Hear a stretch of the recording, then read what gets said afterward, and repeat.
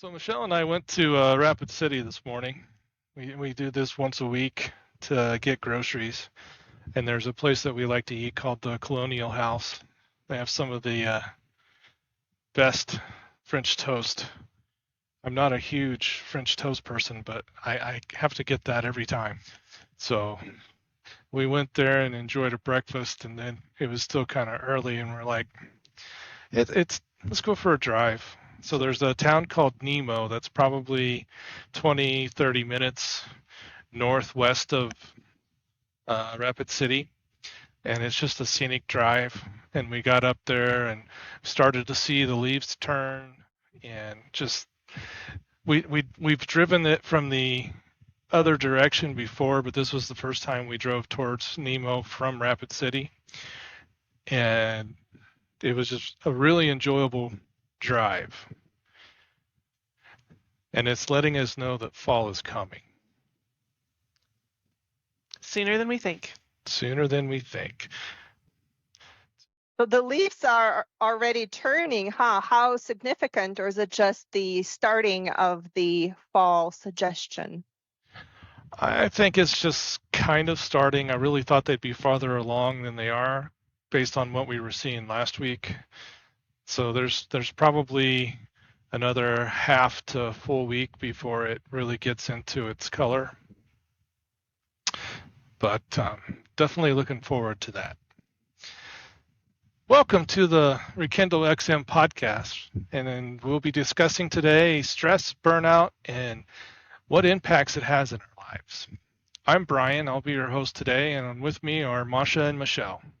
So guys, what is stress? Is it good? Is it bad? Do we have a overall picture or idea of what stress is? Well, I think we know what stress feels like. And I think we're all familiar with that feeling.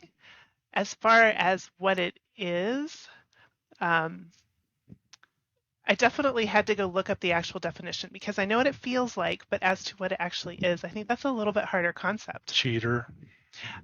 You know me, I'm the researcher. I have to look stuff up. So I actually found two different definitions, and I like one better than the other. So one of them is a perceived threat to our well-being. So anything that you see as a threat to your well-being, whether it's physical, mental, emotional. The second definition was a perceived physical or mental demand or pressure. So I know which one I like better. I like the second one better. Just because I'm like, well, some things are stressful, but I don't really perceive them as a threat to my well-being. Well, that kind of leads perfectly into good or bad stress. So, do you consider stress to be good at all? It really depends. I experience both good and bad stress, and I have thought of stress in the past as good stress because it can fuel my performance, it'll give me energy, I'll get things done, and then you distress and then you feel a little bit more up to beat and you caught up.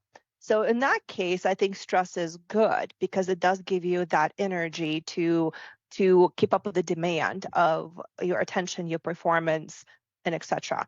And I've also experienced really bad stress where it was just a really crazy season where one thing on top of another thing on top of another thing just seems to just pile up out of nowhere, and I couldn't keep up with it. So I felt crazy amounts of anxiety because I could not keep up with it. And as soon as I felt like I got a grasp of it, something else came up and totally shook my world. So it was one of those challenging experiences. And I think it's all based on interpretation. Stress can be good and it can be bad. Yeah, I agree with that. I think most of us think of stress as bad, but then when you think of other situations where you're actually excited and looking forward to it, the feeling, there's a little bit of similarity in that feeling. So I agree. It depends on whether it's good or bad. That good stress when you get ready for an interview, like you're excited, but you're nervous and you're scared and your palms are sweating. Well, some of the same types of reactions we have. So when it's bad stress. So I agree. It can be either. We look at stress and we know it's good and bad now. and we can kind of see that, and it goes along with Michelle's second definition. Let's look at the different aspects of how stress comes into play. So there's an article out by centerstone.org that talks about stress in 4 areas, and it's all pouring into this bucket, and they call it the stress bucket. So you have all of these different areas where stress can pour in, and they have 4 areas. And the first area is performance-based, which most people would call work-based, and they also suggest it could be school, so students can have a stressful school experience, and that would be performance-based because it's based on grades and it's based on work performance. And then we have environmental-based, which is what's happening around you. So if for some reason Masha was with us in person, not just in spirit, and Michelle and I were arguing with each other really, really, really badly, that could be a very stressful environment for Masha to be in. Not even talking about the stress that Michelle and I are putting each other through, which would be interpersonal stress. So interpersonal stress is when you're having conflicts with people that you know, or face-to-face, or just interacting with people. Introverts, it's always stressful to interact with new people. Whether it's good stress or bad stress, initially it's bad stress because you have to interact. So, and then the last one is interpersonal, which is within. So it's what's happening to your body, what's happening to your mind, and what's causing stress in that way. So if you get an injury and you're hurt and you can't do what you need to do, you're kind of feeling stress, and it's not caused by any outside thing, it's caused within your body. So let's break these down some more. I just did a brief overview of them. What's your guys' opinion on performance-based? Do you have any thoughts or examples? Michelle and I are looking at each other because we have tons of examples of that in our corporate experience managing a very complex audit program for our healthcare organization. And my goodness, we worked with so many people that we can actually relate to all 3 of those top 3 stressors, the performance, environment, and interpersonal, but focusing primarily on performance. We had so many last minute complications that it was sometimes doubtful that we will persevere and push through, which required the team, not just Michelle and myself, to spend multiple weeks of night and weekend hours to fix these very complex processes to the point where we were satisfied and the leadership was satisfied. And when it comes to that crunch, you have this different level of anxiety that's fueling your performance. And you know it's temporary because you have a deadline. You have to meet the deadline. And because of that, you just push, and you sacrifice so much of your well-being. But you know it's temporary, and you know that it's going to be really rewarding to finish it. And then there's a reward. Michelle, what do you have to add to that one? Yeah, I agree. It had both, that eustress, the good stress, because you knew you were going to get through it one way or another, even if it was, nights there at the office till midnight. On the other hand, there was definitely some distress in the middle of that deadline cycle where you're just so tired. So yes, I absolutely agree. I have an example that came to mind actually Masha, before you and I worked together. The first partner that I worked with, she had this crazy stress reaction to these once a month meetings. And I just remember when I first started, because she was like, you're presenting. She's like, you're going to present, you're going to answer the questions. I'm like, okay, fine. That's fine with me. And she was physically ill the morning of that meeting. And I was like, what is going on with you? Like, why are you so stressed about this meeting? And come to find out, in her experience, because she had been in this department before, she'd moved to a different role, but she's like, oh my goodness, they just attack you this whole meeting. And they're just going to sit there and nitpick you and ask you questions and say you're wrong. And so that's why she was so stressed. What was funny, though, was I didn't actually find it as stressful as she was making it out to be, which, is interesting because she was so stressed about her performance and the performance of our department.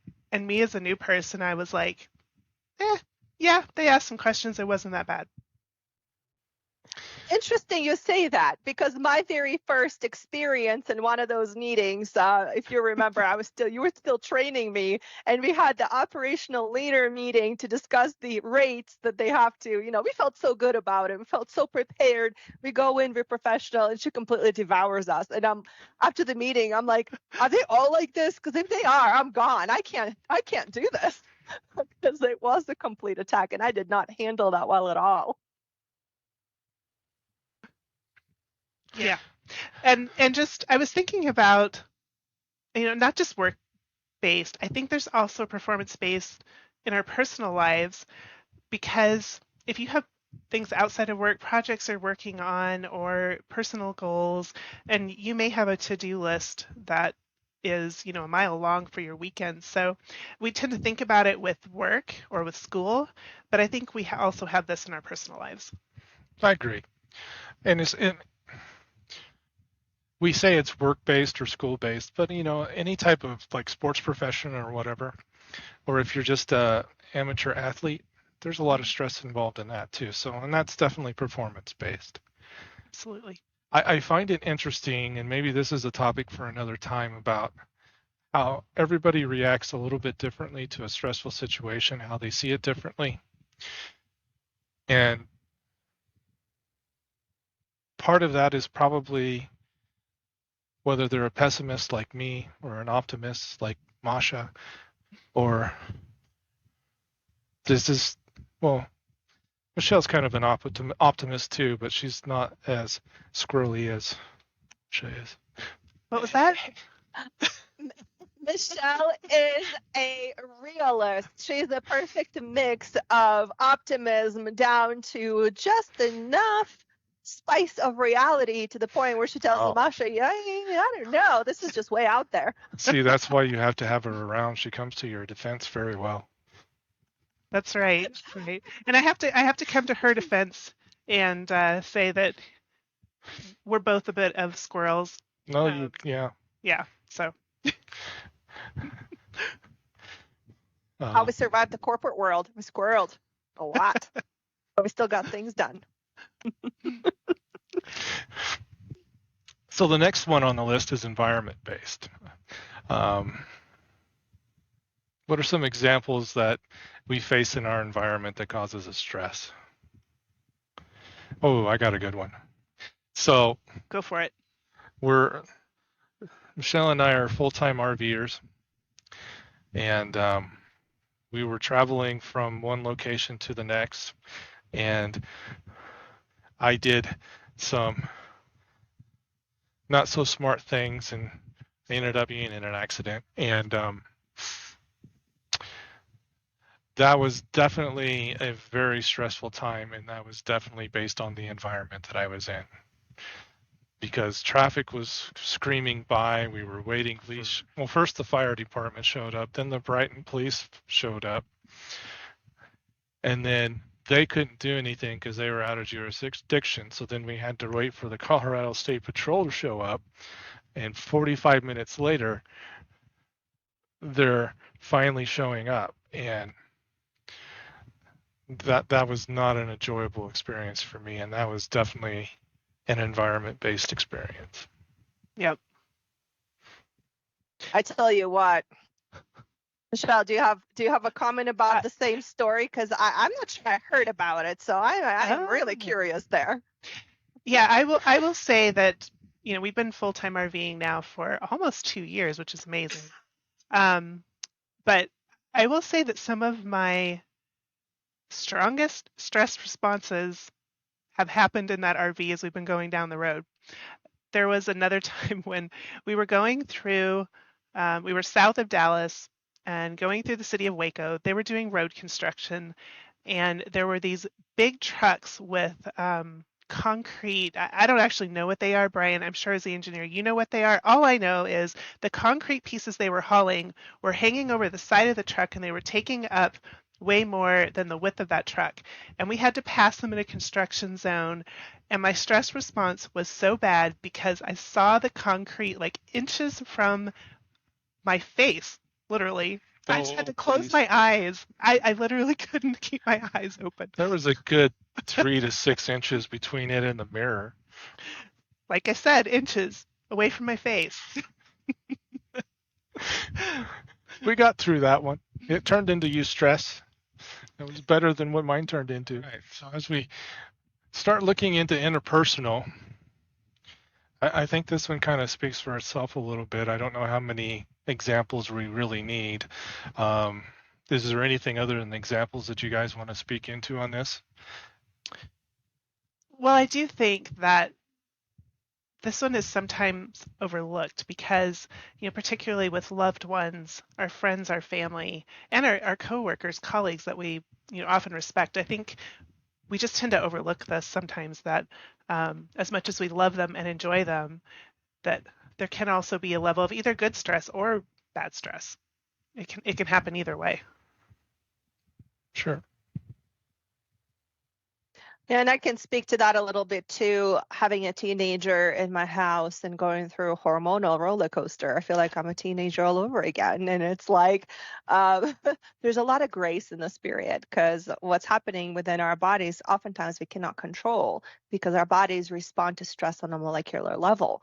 And if we recognize that, we can be more aware and give each other grace and point out certain things like, hey, you kind of snapped at me. I'm like, oh, I did. Sorry. But it's just, hormones and stress.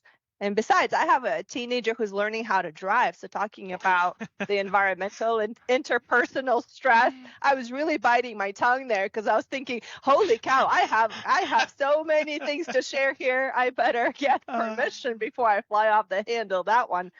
But yes, one of the things that we teach, and Lexi's father is on board with this, we teach not the easy stuff. We just jump into the hard stuff. So once she learned how to drive and navigate the wheel and the road, of course, I thought I was going to have a massive coronary so many times. We started driving on the highway right away, and watching my sister learn how to drive. She did not hit the highway for years. Like it was 5 years after she got her driver's license before she felt comfortable. And with my daughter, I said, how about we just, go on the highway outside of rush hour when it's not that busy so you can get used to it, because those very scary situations tend to happen when teenagers are not familiar in the environment and how to respond and react. And I'm glad that a lot of those situations happened when I was next to her to help navigate through, proper response to driving on the road and what's happening. I mean, some of you may think it's irresponsible, but I'd rather her learn with me than react without me and, be in a much worse situation. So half the time she was telling me, Mom, stop screaming. And I said, I am not screaming. This is just me talking very loudly because I am scared. And she's telling me, well, you're scared makes me scared, so shut up. Yeah, you should try riding with my mother. She still does that. It never stops. Yeah. I don't know how many times she almost put me into a ditch in growing up on the farm, driving out to the country in the mud, because she has, I'm going to get myself in trouble if she ever sees this, but literally the foot goes through the firewall, and she's like, and she's not even driving. So, and then she starts yelling at you. Well, I think we need to give a shout out to every single parent who has taught their kid how to drive. This doesn't even have anything to do with that. But one thing I could not deal with, and I told her father, I said, I taught her how to drive, you teach her how to park. Not doing it. I opt out. Yeah. That's a whole nother level of stress. Yeah. Oh yeah. Oh yeah. It's like, Mother, I got it. It's just heading right for the center of the car. I'm like, Mother, I got it. I'm like, no, you don't. No, you don't. Just break. And yeah. So distress and you stress that I survived. Distress is just trying to make it through it. So Masha, you started talking about hormones and molecular level involved in stress, and that kind of goes into interpersonal, but that also leads into what is the stress response. So when we start looking, we've kind of given a very broad overview of what we see as stress, and we've talked about aspects of stress. So as we break that deeper, we need to start looking at the chemical and the hormonal regions of the body and start to see what happens there, because stress affects us in a huge amount of ways. So Mosh is our expert on this for the moment. She's going to help us break down what really happens in this situation when it comes to the chemicals and the hormones involved. Go for it. Yeah, interesting. Yes, thank you. I got the stage. Don't burst my bubble. All right. So coming on and really learning about what does stress do to the body. I took real intimate interest in this because I was struggling with some health complications I really did not know how to navigate, and my primary care physician was at a loss and just had no answers. So I had to go and investigate and seek to understand and really knock down on every single symptom and trace it down to the root of the problem. And our bodies are resilient. We respond to stress in such a complex way that most of us are not aware that many of the things that are wrong with our bodies and our minds are related to stress. It's just a long-term or short-term effect of the stress and what it does on the body. So looking at the American Psychological Association, they define that stress affects all systems of the body, including musculoskeletal, respiratory, cardiovascular, endocrine, gastrointestinal, nervous, reproductive systems. I mean, that's every single major system in your body. So if you think about that, stress prompts many illnesses. Initially, our brain releases hormones to communicate with our body systems that if there is a threat that you have to respond to, usually you think about a threat, it's a short-term threat, you deal with it and your body goes back to normal. But if we are in our performance environments where we're constantly facing stress after stress after stress, our body doesn't get an opportunity to recoup and go back to normal, to homeostasis. And because we're not in the normal state of being, we see different things start happening in your body that it impacts all of your functions. For example, if you're under a lot of stress, what do? We naturally tense up. Our shoulders square up, our upper back and our shoulders and our neck, they tense up. And if we're in that constant state of being tense, we begin to have skeletal and muscular problems. I mean, simple way to explain it, those are your knots. Those are the issues that you can have by pinched nerves when you always like this and you work like this, right? You're really doing a lot of damage if you don't have the proper posture and proper exercises to straighten back out into your normal state and relax those muscles by stretching or whatnot. And then also what happens when we're tense up? If we're in the stressful situation, our natural posture that the stress brings, we don't breathe very well. Our lungs don't get filled up with air. Naturally, we get less oxygen to very critical organs in our body. We don't think as clearly. We begin to get brain fatigue. We begin to get exhaustion, little headaches, and then those headaches get a little bit more frequent and a little bit more intense. And then you start getting migraines, right? Things like that we've got to keep an eye on.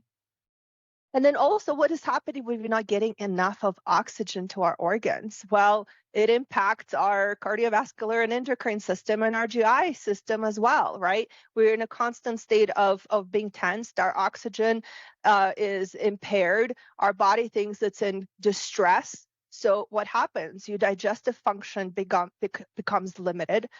You can start having gut issues. You can start having ulcers, or you can have more significant GI issues, irregular bowel syndrome, or anything significantly more challenging to get through. And all of those symptoms, if you think about when you're stressed and you're distressed and you're always working and you're so overworked, you don't pay attention to those things, right? So what do we do when we're stressed and we're probably not getting enough sleep? We're probably struggling there. So what do we do for that? We take sleeping aid potentially, or have a glass of wine or something to get your nerves down so that you can relax and sleep, right? And then the next morning, how do you feel? Well, you feel probably more tired and more fatigued, and the cycle carries on. So how do you treat that? I'm going to have an extra cup of coffee today, or 2 or 10, right? So we're beginning to be in a cycle where we feed our addiction and a lack of stress response as far as limiting it. We're fueling it by very unhealthy coping mechanisms. And that's why all of these major systems are so much impacted. And then also thinking about nervous system and our reproductive system. Well, I mean, duh, it's no brainer that those systems are also impaired. But yes, 95% of all chronic or acute illness is linked to stress. And some of the doctors feel very, very strongly about that. Yeah, it's amazing how much of everything that's happening to us is the same chemicals that come about because of stress. So it's almost stress related. And until you start looking into it, you don't really realize that so much is interconnected. We've been watching a neuroscience guy as he talks about caffeine and how caffeine works and creates cortisol as well. And it also, what's the name of the chemical, the adenosine or something like that? I bet Masha knows. I think it's adenosine. It's a chemical that works on whether you feel fatigue or not. So he's basically saying that if you get up first thing in the morning and you start drinking coffee, caffeine works on the same signals that this adenosine does, and it actually blocks it, which is why you get an afternoon crash.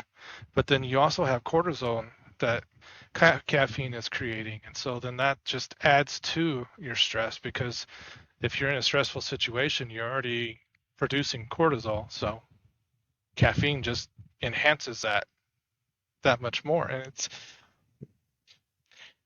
and I think, Masha, that you point out something really important, which is, stress can be either good or bad, and it causes, these physical reactions. And if you think about, if you're in a true dangerous situation where you need to run away from danger, it's kind of important that the energy and the attention of your body is focused on getting away from the danger. So for that period of time, you are not concerned about your immune system. You're not really concerned about your reproductive system. You're not really concerned about digesting the food that you just ate. You just want all that energy to go to your legs so you can run. So, it's interesting that it's not good or bad, but then you point out, well, what happens when it just happens over and over and the stress keeps coming? So we'll be interested to get into that at a later time. Well, you're kind of leading into the next part of it, which is we've talked about the chemical and the hormonal, and we've kind of went into the next topic a little bit, which is the physical and the mental thought processes that are involved when a stress first happens. So, Michelle, what are some of the physical and the mental things that you start to see when you hit a stressor? Yep. So as Masha pointed out, there's this cascade of chemicals. These are happening on a subconscious level. We're not really aware of what our body is doing, but we are aware of the effects of it. So the stressor comes, and all of a sudden it's like we go on high alert. And I keep thinking of, I'm kind of a Trekkie. I like Star Trek. I like all of these, space sagas, and when they're getting ready to go into a situation where they may need to actually go into battle. So they go on high alert, and all of a sudden, you hear the blaring sirens, and everyone is rushing around trying to make sure that getting the weapons charged, and they're not doing their normal functions. So the same thing happens with us and our mind and our body, where everything is now focusing and becoming very, intent on this stressor. We're in high alert, and so we're focused on the stressor. We're paying close attention to what's happening. Our minds are immediately preparing for this action, and we're trying to figure out how to respond. But then, we're on our body's side. We're essentially charging up to be ready for that response. So, weapons are charging, going back to that analogy. But then what happens, let's say the stressor goes away, or let's say that the stressor is not actually a physical danger. It's some kind of, psychological performance, whatever, but we're stressed about something that's not actually dangerous, and yet our body is all charged up. Well, you got to do something with that stress and with, all of those chemicals that are flooding your body. So even if the stressor disappears, you still have all these chemicals in your body.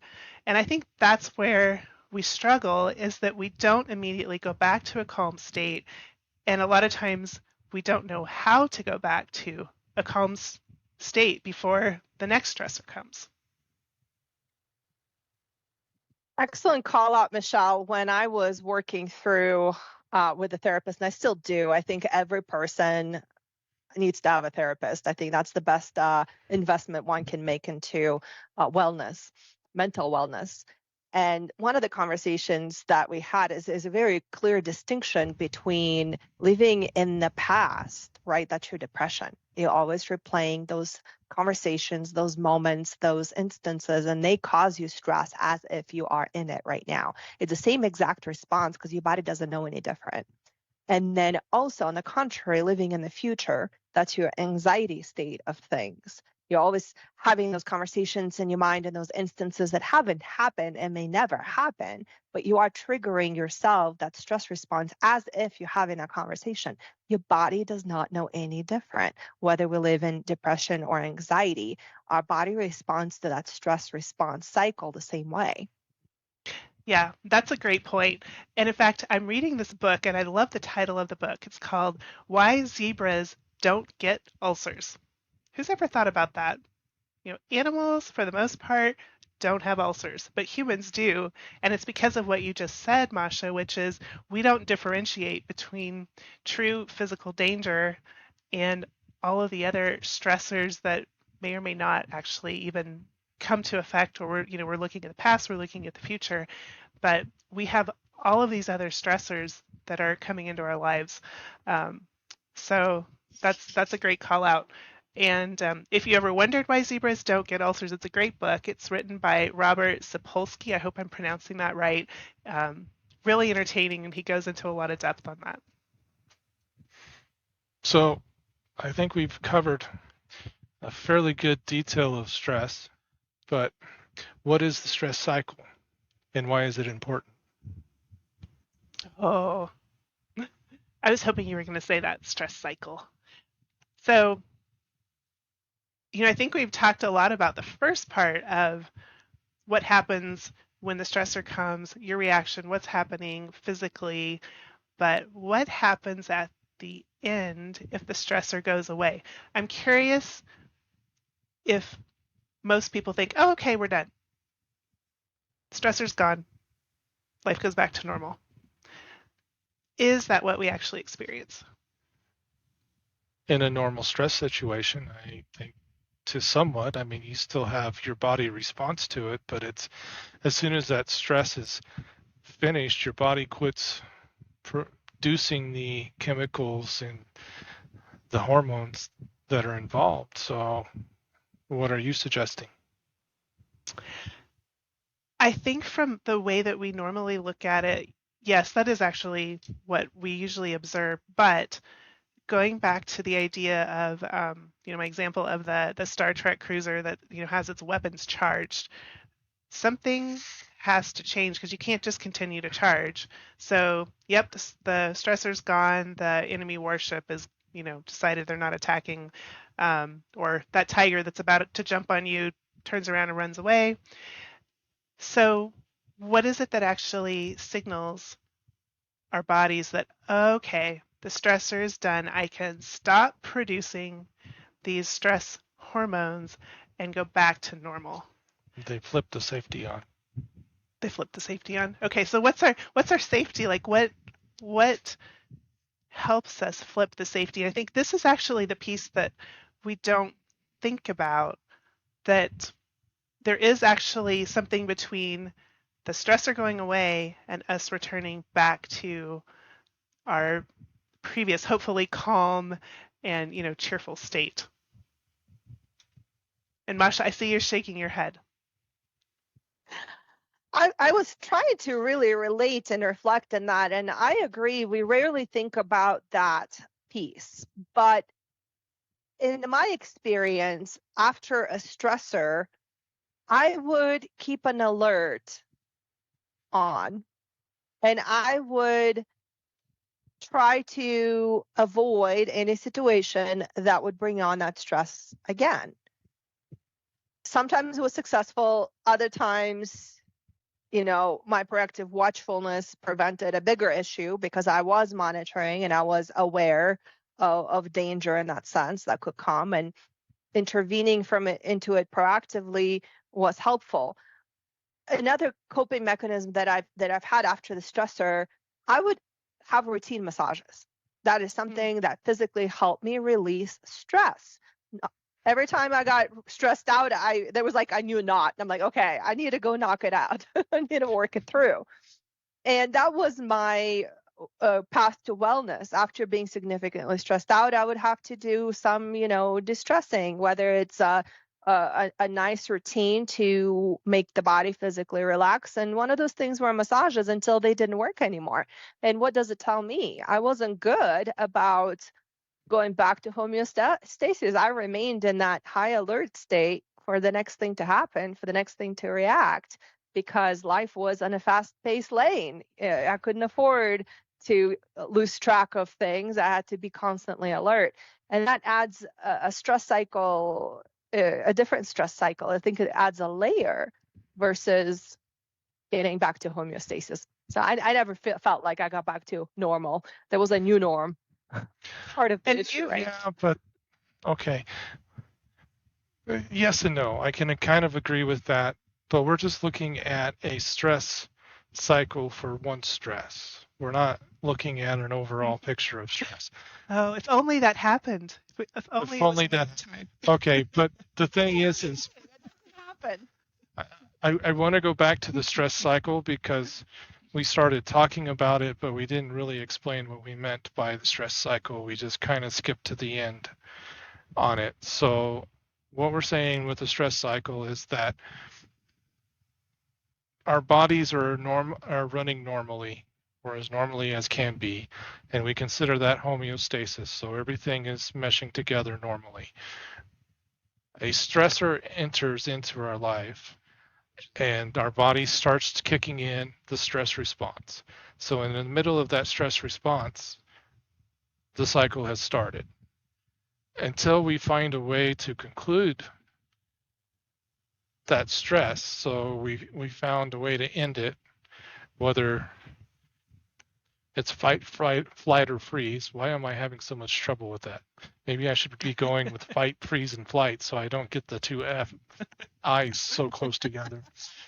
But or we have to pick a different method because it's not physical. And I'm not done yet. I am not done yet. We have to find something that will end that stress for that cycle to complete. So when we hit that stress, we're at the beginning of the cycle. When we're in the middle of the stress, we're halfway through. When we start to find the way to solve that stress, we're almost back to homeostasis, which is what really Michelle is talking about. We're working on ending that stress, but by the time we get back to the beginning of the cycle again, then we're at homeostasis, and our body is back to normal. So that is what we are calling a stress cycle. And I think what you're talking about is somewhere in between, because if you're still coming down from that stress high, then you haven't really finished the cycle. Mm-hmm. Well, and I think that most of the time, we have, we're going along, we're just kind of doing our thing. Something happens, a stressor appears, and then we have the reaction, and then the stressor goes away, and we sort of go back to normal. But well, I think yes, the piece that gets I think the piece that gets overlooked though is there's some kind of coping.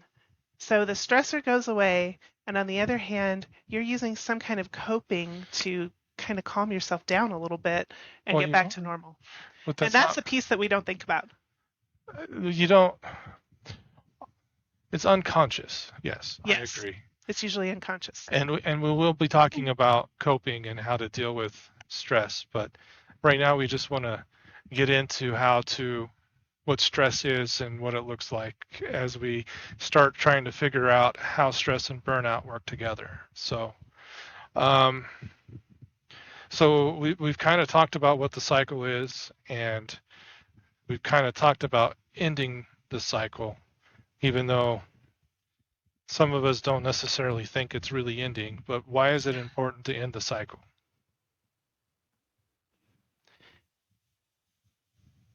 Because you don't want, all those chemicals that are racing through your body, like you don't want those to continue, because when Masha was talking about how, we start having those GI effects and our immune system is affected, all of these physical effects are the result of the fact that you still have these chemicals running through your body, and there needs to be some kind of shutoff valve.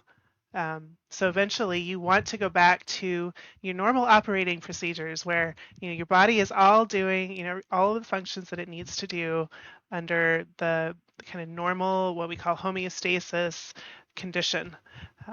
So if you're constantly in stress, well, what happens with all of these, physical operating systems that are put on hold? So physically, you want to go back to that homeostasis. And then mentally, same thing, because your brain just is going and going and going and trying to solve all of these problems, and you're just getting exhausted. You don't want a rotten onion. Whatever onion are you talking about? And should we be talking about it right now? I'm just talking about an onion. That is an onion? Does an onion have layers? Oh, it has so many layers. Are you getting into Shrek now? Maybe. I think a better example for me to think of to look at good stress. For example, you are a sports team and you are having a national championship. You've worked so hard and everybody's so stressed out. Your anticipation, that stress anticipation for the game is getting everybody anxious and riled up for the game. And during the game, you're really giving it your all. You're really persevering through all kinds of challenges, physical challenges, and then you win the championship. Your stress cycle has ended in glory. For the other team, stress cycle ended in pain. And if they lose the next game, stress cycle didn't quite end, right? Because they're still kind of mourning the victory.